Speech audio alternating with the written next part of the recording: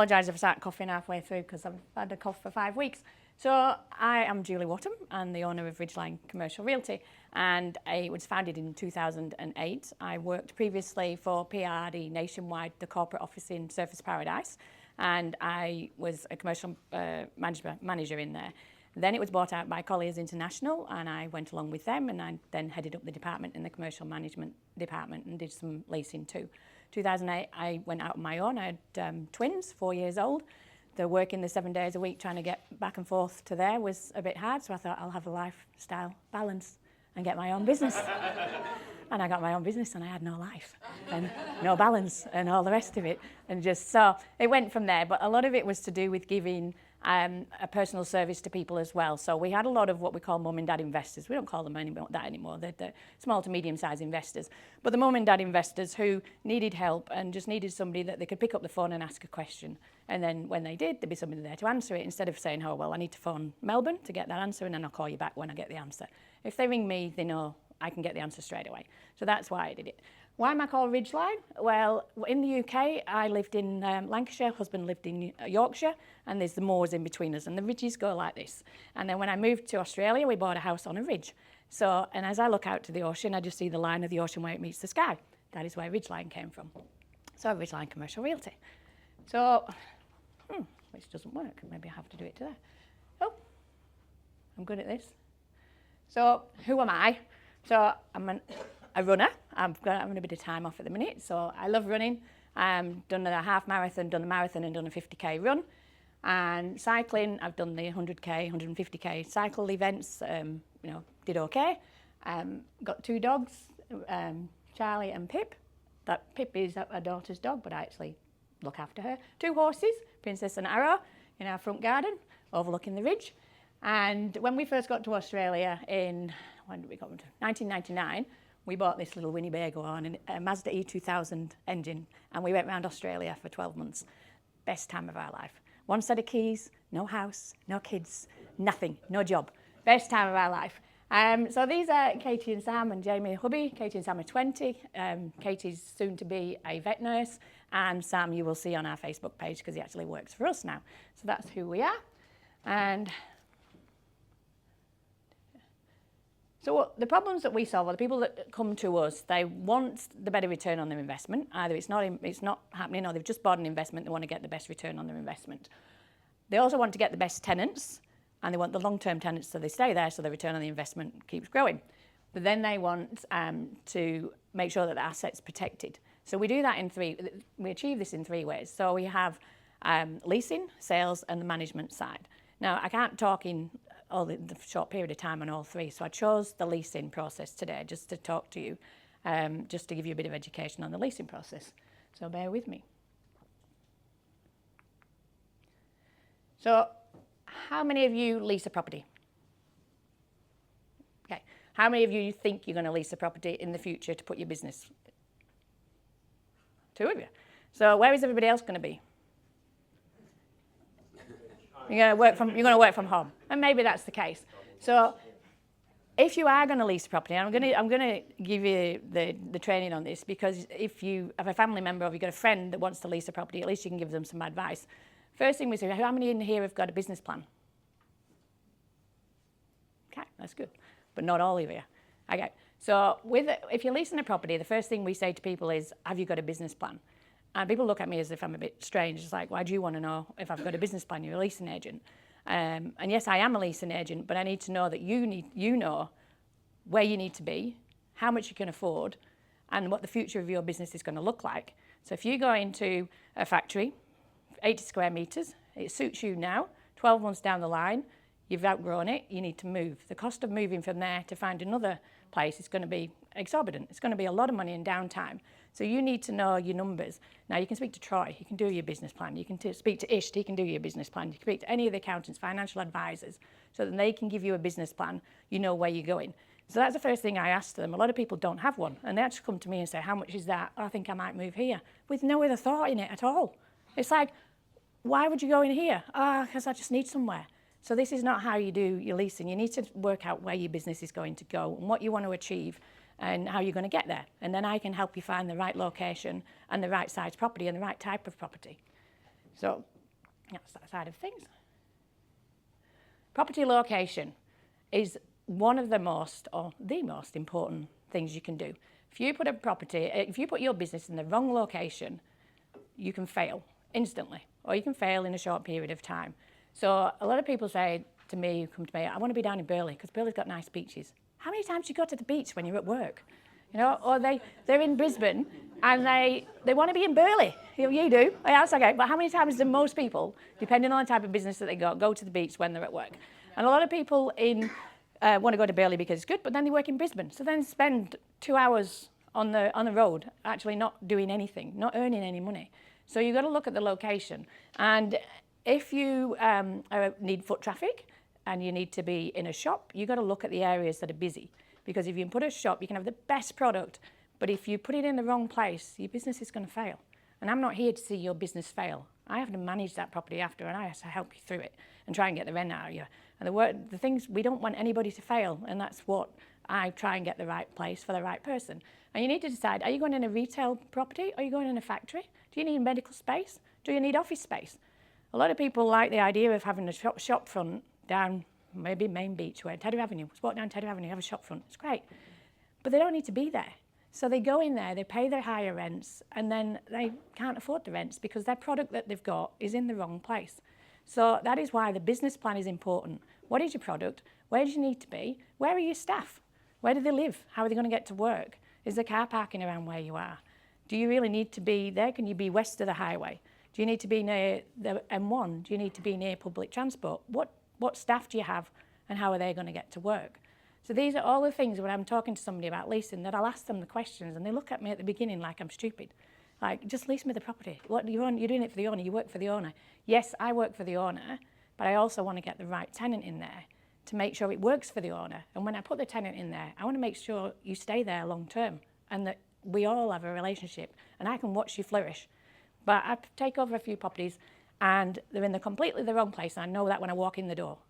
And the owner comes to me and says, they're not paying the rent, they're not doing this, this isn't happening, I can't get anything out of them. And I go in and I'll just look and I know straight away they're in the wrong place. And I can look and see whether or not they've got a presence online. And if they haven't got a presence online and they're in the wrong place, they're doomed. If they're in the right place, that's good. So you need to know what buildings you need, what locations you need. Go and have a look at that location in the morning, in the afternoon, on a weekend, and just get an idea of what the traffic is like, or whether you're in a factory, can you get your containers in? Can you get your truck in? Can you get in and out at certain times of the day? If you're in a shop, are people walking past that shop at certain times of the day? Or is it dead from Monday to Thursday? What are you going to do between Monday and Thursday if you're sitting there just twiddling your thumbs waiting for people to walk in? So this is why I ask all these questions. The application process, I often get told that that's too in-depth as well. Now, it could be the police officer behind me.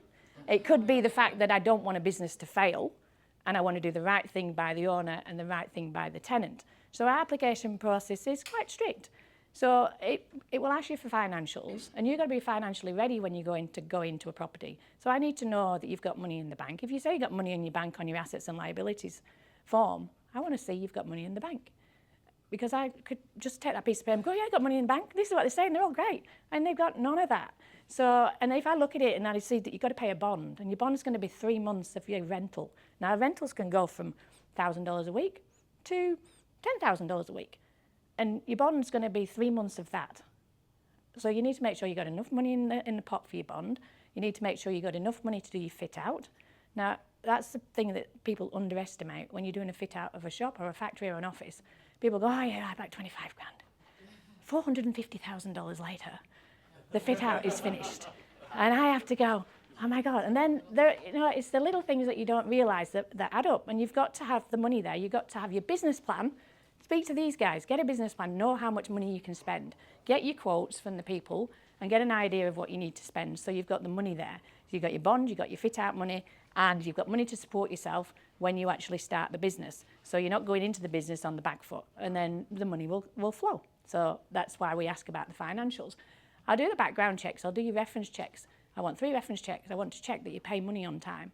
And I want to check, that you're a good person and that you're who you say you are. So we do the reference checks, the identity checks. So there's a lot of checks that we do. If you're going into a lease and you're going in as a company, then you're going to be asked to go as a guarantor to the lease. So as a person that's going as a guarantor, I need to know that you've got some assets. Otherwise, it's not much point as you going a guarantor, because if the business fails, the owner can't get the money back. Not saying they can if you're a guarantor, but there's a better chance. So we need to know where you live, and we need to be able to prove where you live. So that is the application process. It's not, we don't go ridiculously deep in it, but we need to be able to prove what you tell us.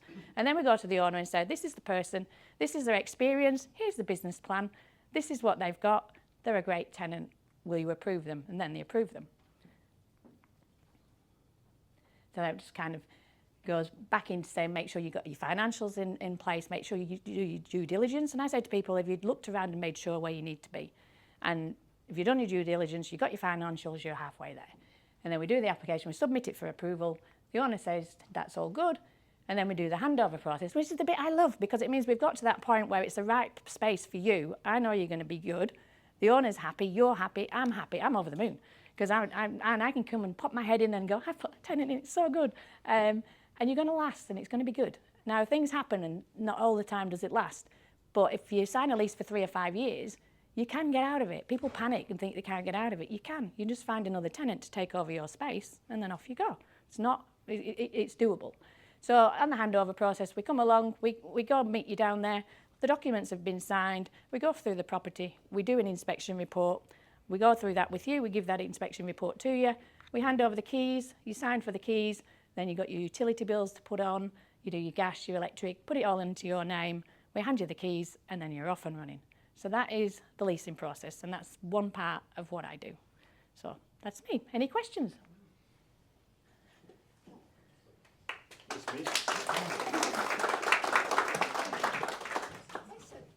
Yes. Let's say that in those commercial complex, Yes. there are multiple tenants in there. If those tenants' businesses sort of conflict or sabotage each other unintentionally, is there anything we can do about it?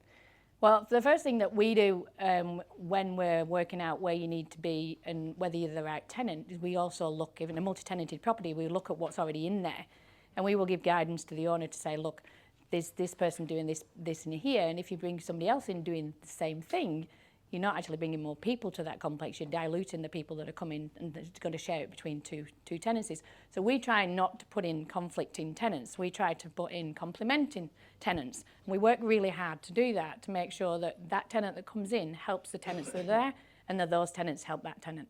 Now sometimes you have a tenants that we go in and they're already in there, and if there is no restriction of trade, no exclusivity, in their lease, there's not a great deal that we can do. But as an agent, what I would do was go down and speak to those tenants to say, hey, you know, you're both kind of doing the same thing, and maybe if we have a chat together and we can work out how that might, you know, we could change that a little bit so you both benefit. So ours is about going down and talking to tenants and working out things that we can do. But if there is an exclusivity in there, then the other person can't do it. Just how do you find demand and supply at the moment on the Gold Coast and the prices of rent? Look, the prices are high in pockets, and in other areas they're not so high. But they're not as high as we've seen them in like Broadbeach. Broadbeach many years ago was up to 1,500, 1,800 a square metre. But you can get in Broadbeach a lot cheaper than that now. So there's pockets that are expensive. Burley's expensive, Nobby Beach is expensive, Taylor Avenue is expensive compared to other areas, but it's not expensive compared to the businesses that can go in there. So it's all down to what your business turnover can be. The demand at the minute, we don't have enough stock, so people are looking at the wrong places, and we're having to say, just kind of wait a little bit, just let's see what else we can find you. So that we don't have a lot of stock. It has slowed down a little bit, probably about the last 7 weeks. There's not that frantic coming in and saying, oh, how much do they want, I'll offer whatever. So it has slowed down, but there's still not enough stock on the Gold Coast, and we've still got people coming up from Melbourne. I've got somebody coming up from Melbourne, he's looking at 6 properties on Tuesday with an intention of taking 4 of those, and he's flying from Melbourne to do that. So we've still got a lot of people from Melbourne and Sydney coming up. Melbourne, what he said was the prices up here are expensive compared to Melbourne, but Melbourne's took a big hit. So on the Gold Coast, it's about finding if you're in the right location for your turnover, then we find a balance on the rental. So the rents have to go up because the rates and everything else for the landlords has gone up. But we find you the right property in the right area that you can afford to pay. So the demand is still high. Gold Coast Highway, where they've got the roadworks, is tough, but people are still wanting to be there. Can I just add something really quickly?